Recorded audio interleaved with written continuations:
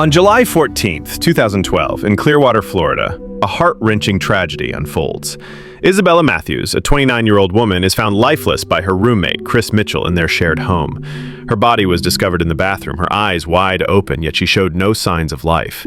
Despite attempts to revive her, Isabella was already gone. The investigation into Isabella's death begins, and the police are immediately puzzled by the circumstances. When paramedics arrive, they confirm the worst. Isabella had been murdered. Though the scene seemed like an unfortunate accident, the police soon discovered troubling details. There was no forced entry into the house, and Isabella's body was found in a state of undress. A fatal stab wound was found in her chest, suggesting that she had fought her attacker. That evening, Chris Mitchell, Isabella's roommate, makes a distressing 911 call. He tells the operator that he had returned home after a night out with Isabella, only to find her unconscious in the bathroom. Chris describes how he tried to revive her, but by the time the paramedics arrived, it was too late.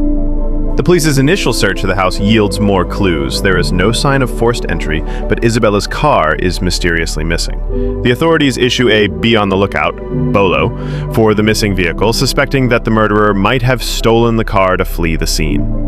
Forensic experts find male DNA at the crime scene, on the sheets and Isabella's body. This discovery leads the police to focus on a new suspect, Matthew Larson, a man seen in surveillance footage at the local strip club that night. Before her death, Isabella and Chris Mitchell had been at a strip club called Diamond Dolls. They met Matthew Larson, a man who seemed to be an unassuming stranger, but something seemed off. Surveillance footage reveals that Isabella had interacted with him at the club. However, footage shows that after leaving the club, she was seen walking with him down a quiet street. Isabella was last seen with Matthew Larson, heading into a neighborhood. Did she sense danger in that moment? Was she trying to escape him? The footage raises new questions, as Larson was seen leaving the scene shortly after. Investigators trace Larson's taxi ride to the club, using the vehicle's phone number to identify him. The police soon discover Larson's criminal record, which includes a history of assault and violence. They continue to monitor him closely, suspecting that he may have been involved in Isabella's murder.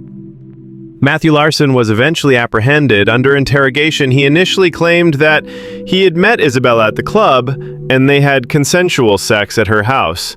However, his story changed as the evidence mounted. The DNA found at the crime scene, the CCTV footage, and the missing car pointed directly to him.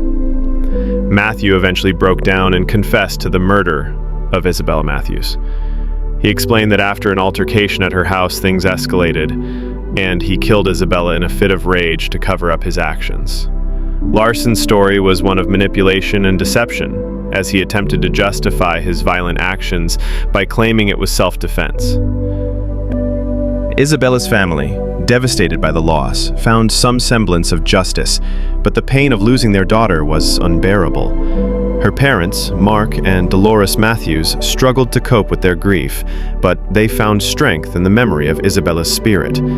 Though they would never have their daughter back, they took comfort in knowing that her murderer would never walk free. This case, filled with betrayal, violence, and greed, serves as a stark reminder of the unpredictable danger that lurks in the world. While justice has been served, the loss of Isabella Matthews will forever haunt her family, and the tragedy of that night will never be forgotten.